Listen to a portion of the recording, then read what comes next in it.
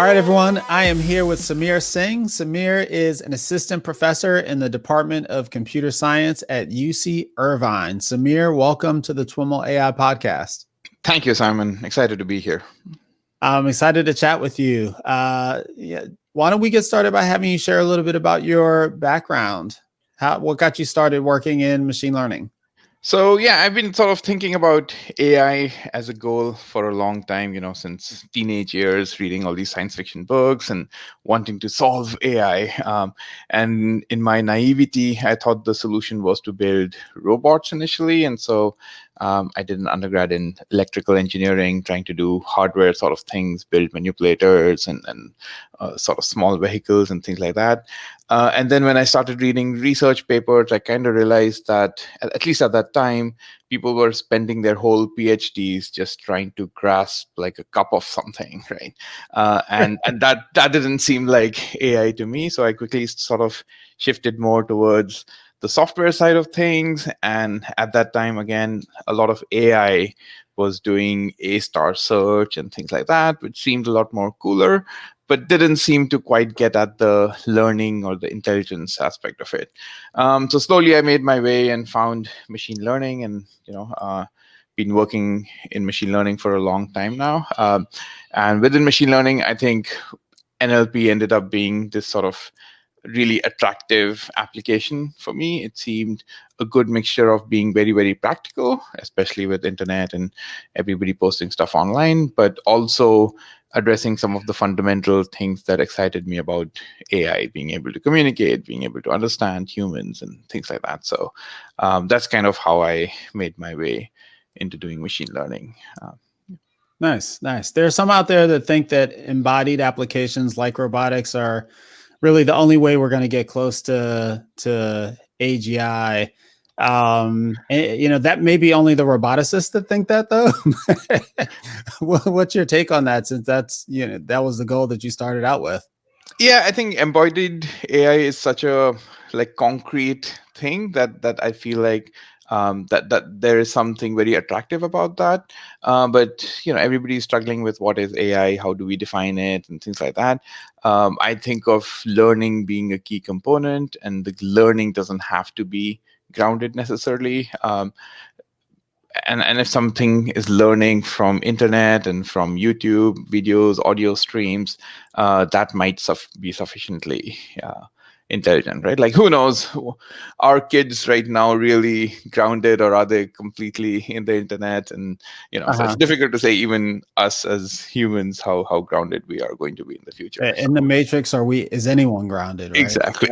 Right. Interesting. Yeah. So tell us a little bit about your research focus. What are some of the areas that you're spending your time on nowadays? Yeah, so for a long time, I was doing NLP, sort of a lot of different tasks in NLP. And this is sort of, about, I guess I want to say 8 to 10 years ago, where I was so focused on the tasks that I was working on that sort of the deep learning stuff kind of went by me. And I was working on sort of more graphical models and log linear kind of stuff. And by the time I started doing deep learning things, it was really, really good at everything I was doing, but it wasn't using any of the cool stuff that I was working on. So that made me feel like, okay, why is it doing what it is doing? Whether it is actually doing what it is doing. So you could say it was almost by spite that my research agenda got started. But sort of playing around with these models, I did my postdoc at University of Washington with Carlos. And with one of his students at the time, we started looking at, okay, these deep learning models really seem to be quite good, but we have very little idea of what's going on in them.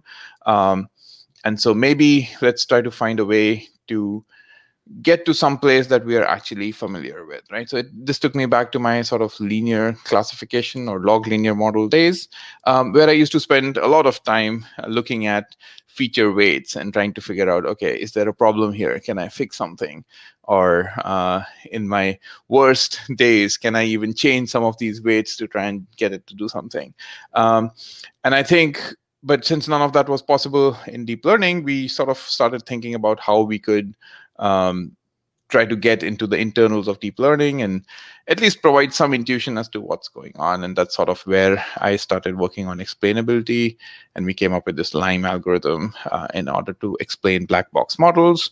And since then, I think explainability has been really interesting. But initially, we were hoping for explainability to tell us why deep learning models are working. But often they ended up telling us why the deep learning models were not working. And so my trajectory sort of has become a lot more on looking at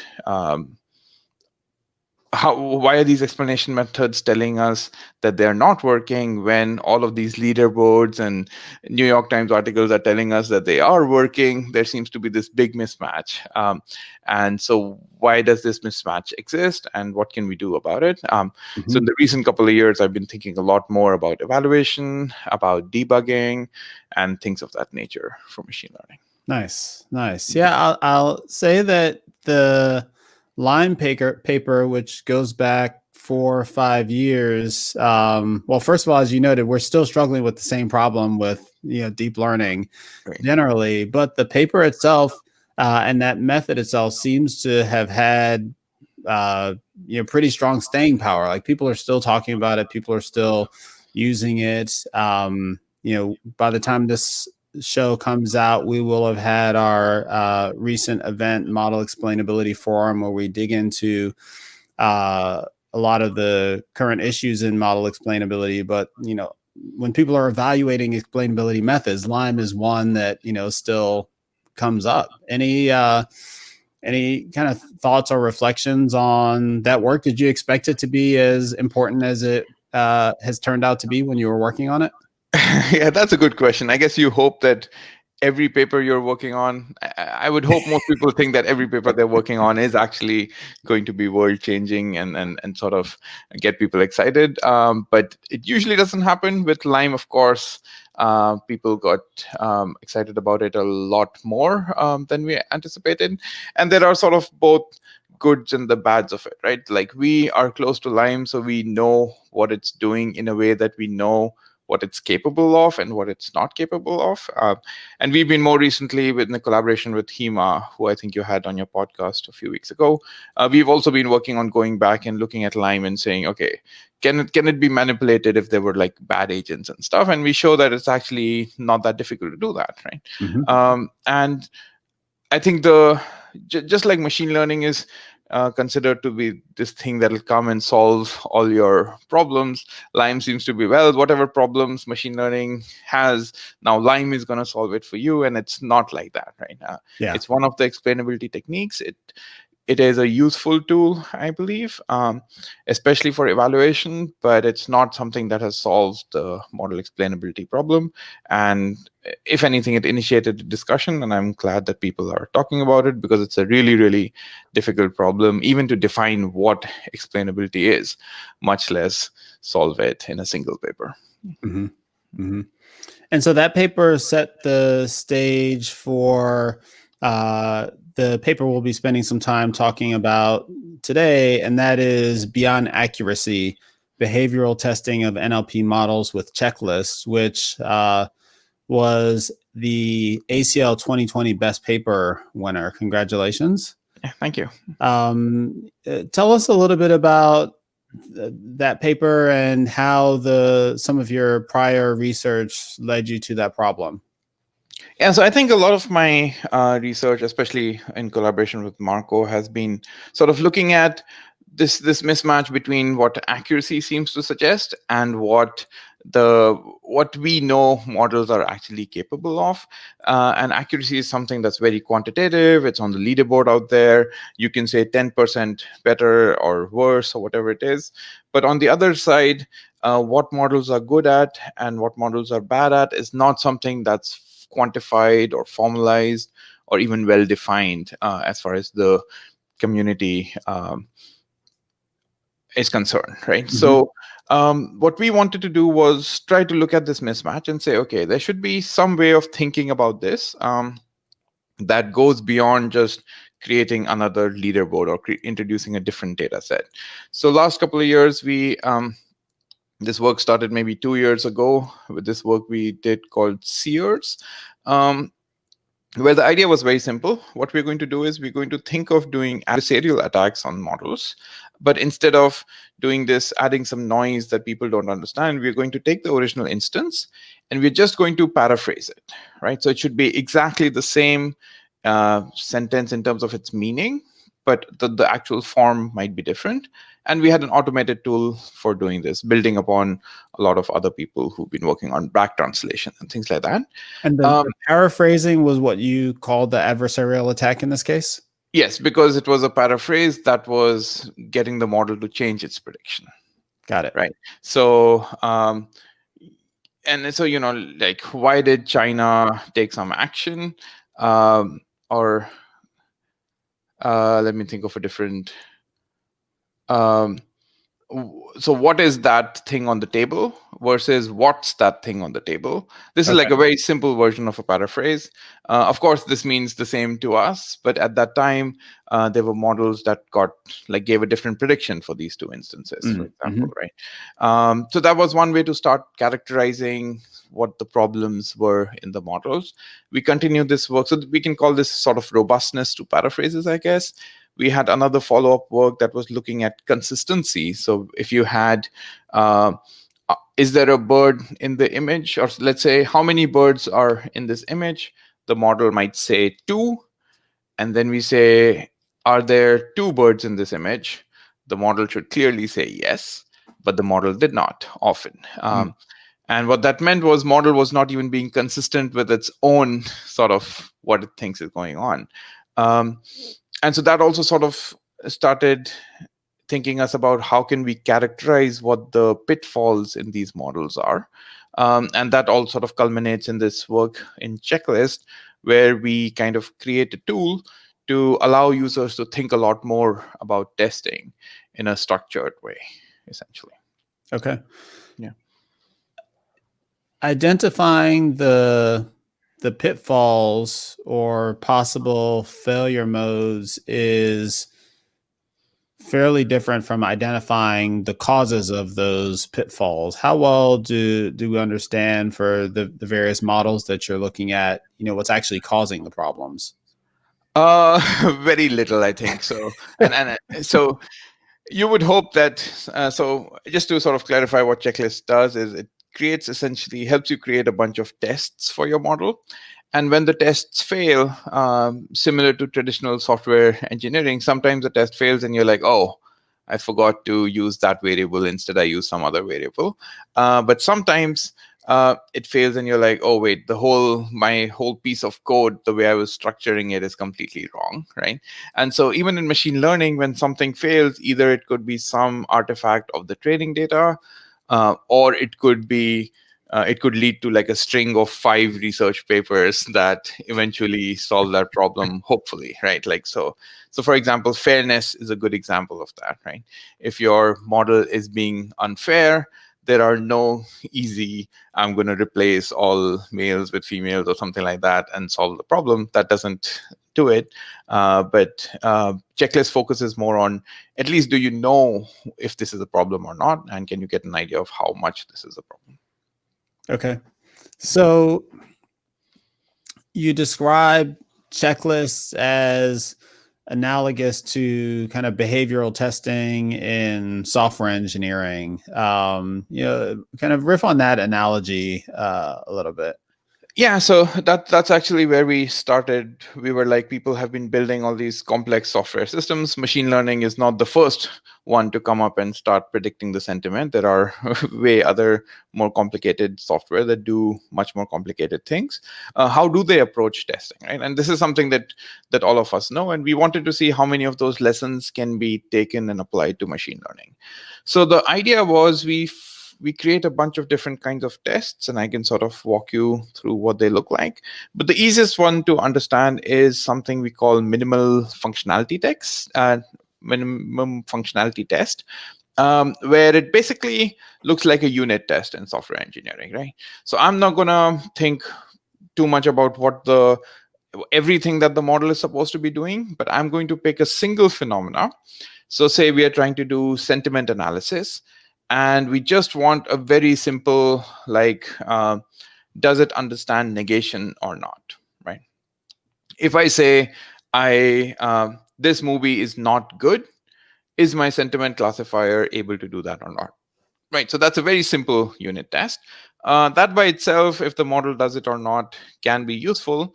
But we sort of have this whole templating engine that says, I can say something like, this blank is not blank, where we fill blanks, the first blank with a bunch of nouns, and the second blank with a bunch of positive adjectives and negative adjectives. And then we have an expectation over whether the model will predict positive or negative review for it. And so in this case, we create many test cases, as they would say in software engineering. Mhm. And we test a machine learning model by just running the model output through these things. And what this does is, it hasn't told you, like, does this model, if you pass all the test, you don't know whether the model has definitely learned how to do negation or not. But if it does fail most of this test, it would be a red flag, and you would say, okay, the model doesn't even understand such a simple negation. It probably doesn't understand negation. Got So it. based on this intuition, we created a bunch of different kinds of tests. Yeah, and I can walk you through those if you like. Yeah. Before we do that, though, you gave sentiment analysis as an example. What is the scope of checklists? For example, we spend a lot of time talking about language models nowadays and transformers and things like that. Is it does it address those kinds of tasks as well, or is it limited to classification? What are the boundaries of this work? Yeah, so I think in the paper itself, we had a bunch of tasks that go beyond sentiment analysis or just simple classification, I guess. And just to sort of motivate why we picked sentiment analysis, this was also one of the tasks that research papers are constantly looking at and trying to do better on. And by some metrics, we are better than humans on sentiment analysis, which may not be a surprise to many people. But also, it was one of those tasks where there were a lot of commercial products. So like Microsoft and Google and Amazon make a ready-to-buy purchase sentiment analyzer. And what we wanted to do was apply checklists, not just to some research models that we had lying around, which were all transformer-based, like BERT and Roberta, but also apply checklists to these commercial systems to see what they were lacking in. And sort of be able to compare across research and industrial models. But in the paper, we also did things like question answering, where you're given a question, you have to come up with an answer, given a paragraph. We did paraphrase detection. So there's a Cora question pair data set where you have pairs of questions and you want to detect whether they're paraphrases or not. We didn't directly do language modeling, but that's something that we've been working on. And it's a little bit trickier to define what even a test is for language models, but I think there are ways to use checklists for that as well. Okay. So walk us through the kind of the array of tests. Yeah. So the idea here is that you want to figure out what are the capabilities of the model. So we conceptualize it as a matrix where there are a bunch of rows, where the rows are sort of what you want to test about the model, right? So suppose simple negation is something that you might want to test. And the easiest way to test that is to create a bunch of minimum functionality tests, like unit tests. For some other ones, we wanted to test things like robustness to location names, right? So my flight to US was great. I want to see how much, whether the model is robust to changes in the country name, right? If I replace US with a different country, or if it's a city, then replace it with a different city. The sentiment doesn't change, but are the models robust to that or not?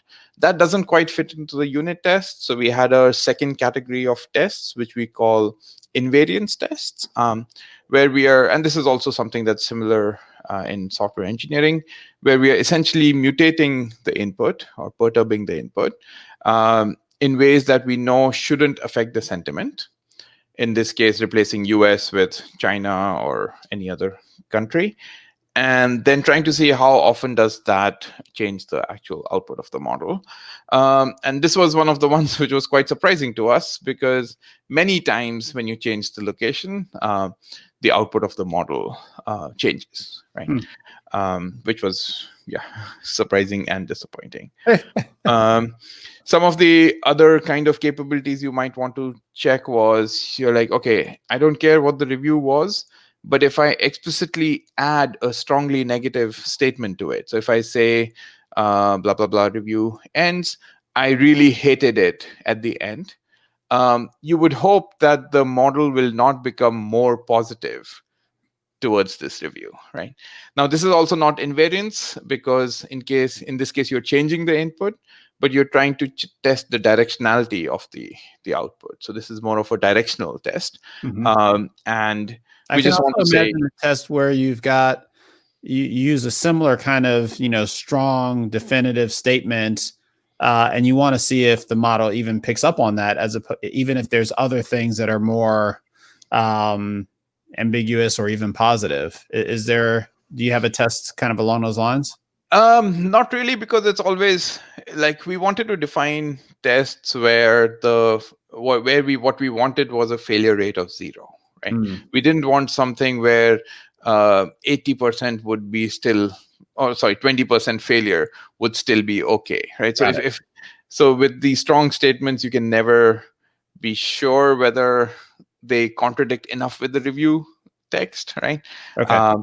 So in this case, we wanted to keep it simple, right? Like, we wanted to say at least this thing, the model should be able to get 0% failure on, right? So it shouldn't become more positive is a very simple statement. That's why it was a surprise to us, where many times it did, like, more than a third of the time, it just became more positive when you added phrases like that, right? And these were sort of commercial systems as well. So these kind of tests are, in some sense, the way we describe it is like I guess mathematically more of a necessary condition for a model to get deployed. Just because you get 0% failure doesn't mean that the model is safe to deploy, just because, similar to software testing, right? Just because all your tests pass doesn't mean you don't have any more work to do. You probably either need to write more tests or write more code and iterate. But at least if a test fails, that there is a red flag, and you know exactly what the model is not able to do.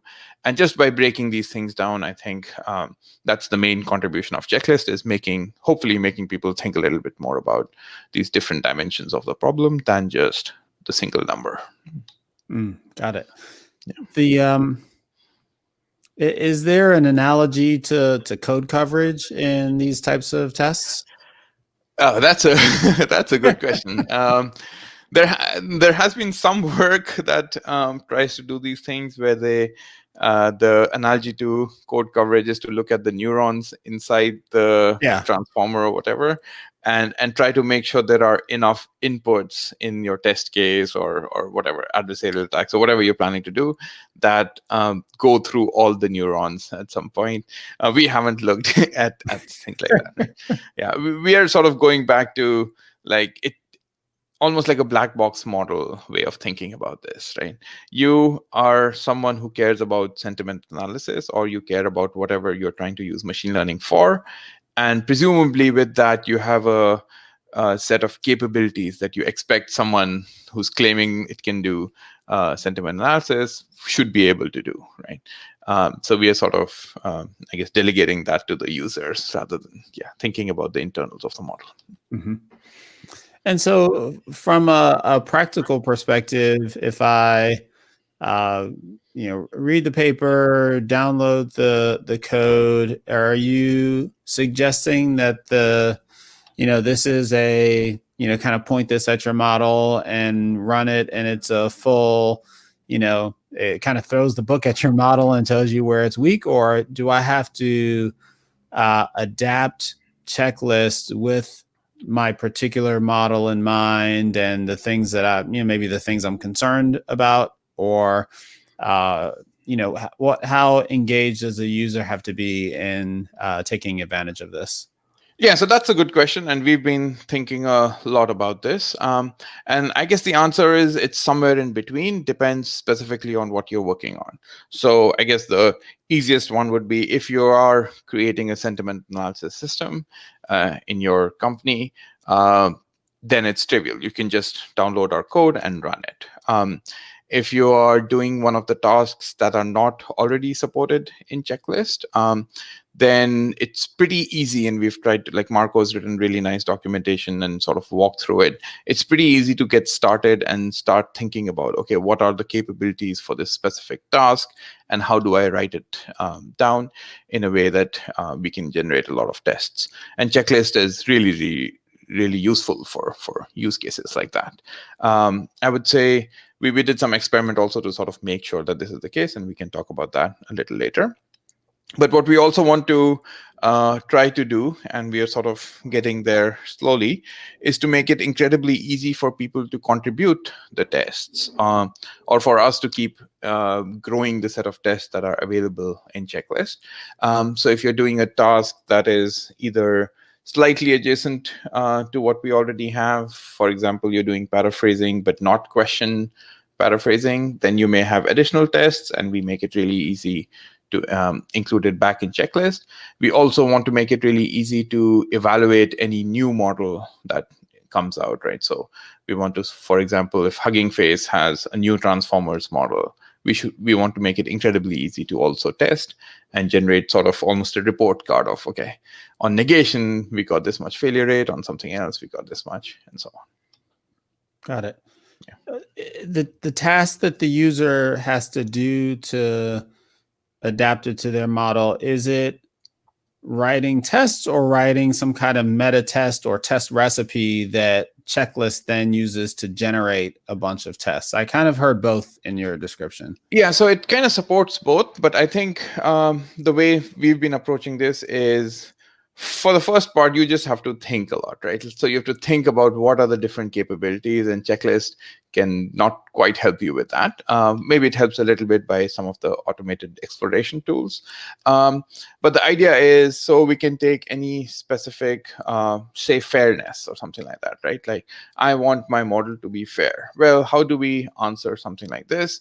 And say I'm doing question answering, right? So, okay, how can I test whether the model is being fair? And let's be more specific. Let's say gender fairness, right? So if I think the model is not fair, one way to test whether it's fair or not is to come up with a really simple context for the question answering system, where we can say John is not a doctor, but Mary is. And then ask the question, who is the doctor, right? This thing is something we can easily write out, and we know the answer should be Mary because it's obvious from the sentence. And that's a test, right? Now we can say, well, if the model fails or not, it could be dependent on the word choice of John or Mary. So maybe I want to replace John or Mary with any other names, right? So John with any other male name, Mary with any other female name. And checklist has some of these lexicons built in, so you can easily just say, okay, I'm going to create a template that says male first name is not a doctor, but female first name is, who is the doctor, female first name, right? That's one level of templating. Then you can say, well, why should it be just doctor? Maybe there are other professions that I also want to test. So we have a tool that just you can hide doctor, and it suggests a bunch of professions, and you can say, okay, I want to say pick a bunch of these as part of the test.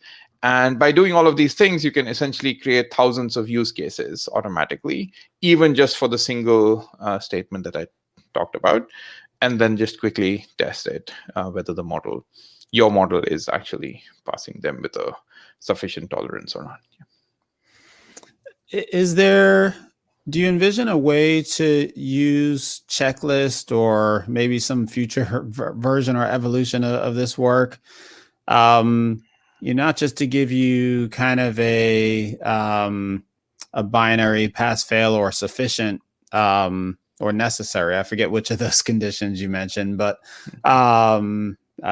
necessary, but rather to give you insights into your model that you can then turn around take into the training loop, the training process. For example, you mentioned these, the gender bias example. Can it tell you more than you have a problem, and maybe how you might go about fixing the problem? Yeah, how you go about fixing a problem is a much more difficult step. But I would say the first step of going about fixing a problem is to know all the problems that your model might have, right? So I guess the short answer is no, that's not something we focus on. In the future, we are thinking of ways to do it. The tricky thing here is I think of these tests almost as like you should think of the test set in machine learning, right? So test set is supposed to be this hidden test set. Just because you get some error on the test set doesn't mean you just add those instances to your training data, right? If you do that, you've lost the value of the test set, right? So in similar sense, these tests, or what checklist is doing, should be treated as something slightly external to the training process, because you've come up with the one way of phrasing the negation, and you want to just test that as a proxy for other ways of phrasing the negation. And so if you put this test somehow back into the training loop, you've lost that advantage you had. And now you have to come up with either a different formulation of negation or assume that the model has learned negation, and both of those might be difficult or wrong things to do. So I think, at least for now, we are thinking of checklist a little bit as a test set that's a lot more fine-grained and essentially customizable to your specific task. Got it. Yeah. Tell us a little bit about the evaluation process for, as you built this out. Yeah, so we built this tool, and we sat down on a bunch of tasks, and we did sentiment analysis and QQP and squad, and these are very different from each other, classification, paraphrasing, and question answering. And we were feeling pretty confident about how useful checklist was, but we are biased because we developed it. So we decided to evaluate it, and evaluating a testing pipeline is a little bit tricky, but Marco spent a lot of time thinking about what would be the right way to do this, and we essentially converged on two separate evaluations, both of them involving users. So the first one was, since we are working with these commercial models already, let's try to go to a commercial team that's actually responsible for one of these products, and not only sort of find out what their testing methodology is, but also propose checklists to them and see what they think of it, right? So we had, I think, like a 5-hour session with one of the senior developers in that team, and we were like, hey, here's checklist, here's how it works, here's how it, give them a walkthrough, and then say, like, go crazy, do what you guys do, and see if you find this thing useful. And what was surprising was that not only were they able to quickly confirm some of the bugs that they knew were in the products, which is nice, but they were also able to find a bunch of new problems that they didn't know was already in their model just by the use of checklist, right? And they were like, oh yeah, now I need to get people to fix this stuff because this is a problem, right? And that's exactly the use case we expect checklists to be useful for. And so that was one of the things, and we got pretty good feedback, and I think Marco is working with a bunch of people to help integrate checklist into the existing pipelines. The other set of evaluation we did was we went to sort of university students and people who have at least taken an NLP course, so they know NLP, but they probably, and most of them hadn't really worked with the QQP data set, this question paraphrasing data set. So we wanted to test, is checklist useful even if you're not already a domain expert, right? And we explained to them what QQP was. We explained to them what checklist is, and it was a slightly cut down version of checklist because we didn't have 5 hours to spend with each user. And we said, okay, now can you find bugs in the system? And essentially, I can refer to the paper for exact numbers, but people who were using checklist, the full capability of checklist, were able to find many more bugs or many more different problems with the model. But even for each problem, they were able to figure out a lot more test cases. So hundreds or on that order, instead of writing just a few sentences. So you got more confident that those problems were actual problems because they were being tested on so many more instances. And so both these combination of evaluation made us feel like this could be a pretty useful tool for the community, whether it's someone who's an expert and is trying to deploy machine learning for practical purposes, or it's some research project that's trying to beat a leaderboard. Mm-hmm. Got it. There are groups that have developed for analogous problems in computer vision, like bias testing toolkits. I'm thinking of things along the lines of gender shades, like trying to determine whether a given model or service can do what it does, whether it's predicting gender or predicting age or things like that, independent of the ethnicity of the sample data. Mm-hmm. What you're doing with checklists, strikes me as like a meta level above those kinds of tests. But I'm wondering if you are aware of or can envision something similar applied to computer vision or other domains beyond NLP. Yeah, so that's a good connection, and I would say we are quite inspired by a bunch of those papers when we were developing checklist.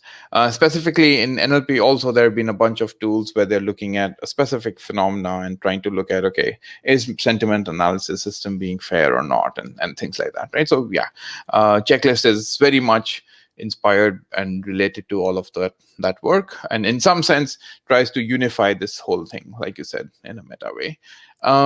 We actually did play around a lot with computer vision, and that's not something I'm an expert in, so partly I would say that's on me. But I think there are definitely cases where you can use checklist style approach to computer vision.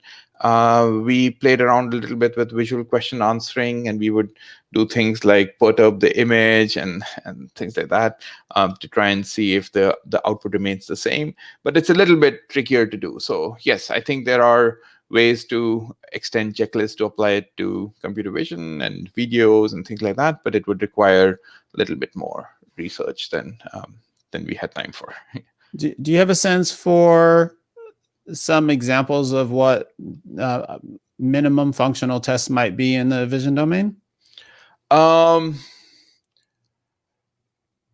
Yeah, so the ones that I think of are maybe too simple and in some sense might be easy to do. So for example, we can imagine creating an image, right? Like taking something that we know is a dog and placing it in different parts of the image to see if it gets confused, right? That's probably too simple, and I'm sure most classifiers would work. But then I can take dogs and combine them with atypical backgrounds, right? So I can take of course, a scene from the park and you put a dog in it is probably okay. Yeah. But can I take a scene of the sky and put a dog in it? I still want the classifier to predict dog. Right. Can I take a slice of pizza and put a dog on it and things like that? And so you can imagine these kind of tests would be easy to create. And maybe there's a computer vision paper that's doing things like that. But would give you an idea of, okay, does the background confuse the classifier or not, right? And I imagine that some of these tests might actually be might show problems in existing computer vision systems. Awesome. Any additional thoughts that you would want to share with folks that are kind of interested in what they're hearing and might want to explore more or might want to build on this work? What should folks be thinking about as they're thinking about this problem? Yeah, I would say part of the slightly danger with checklist is a lot of the things we do are in some sense seem very obvious, right? Like, especially once you see the examples, you're like, okay, clearly we should be testing for these things. And that kind of makes it a little bit dangerous because people might easily overlook it, right?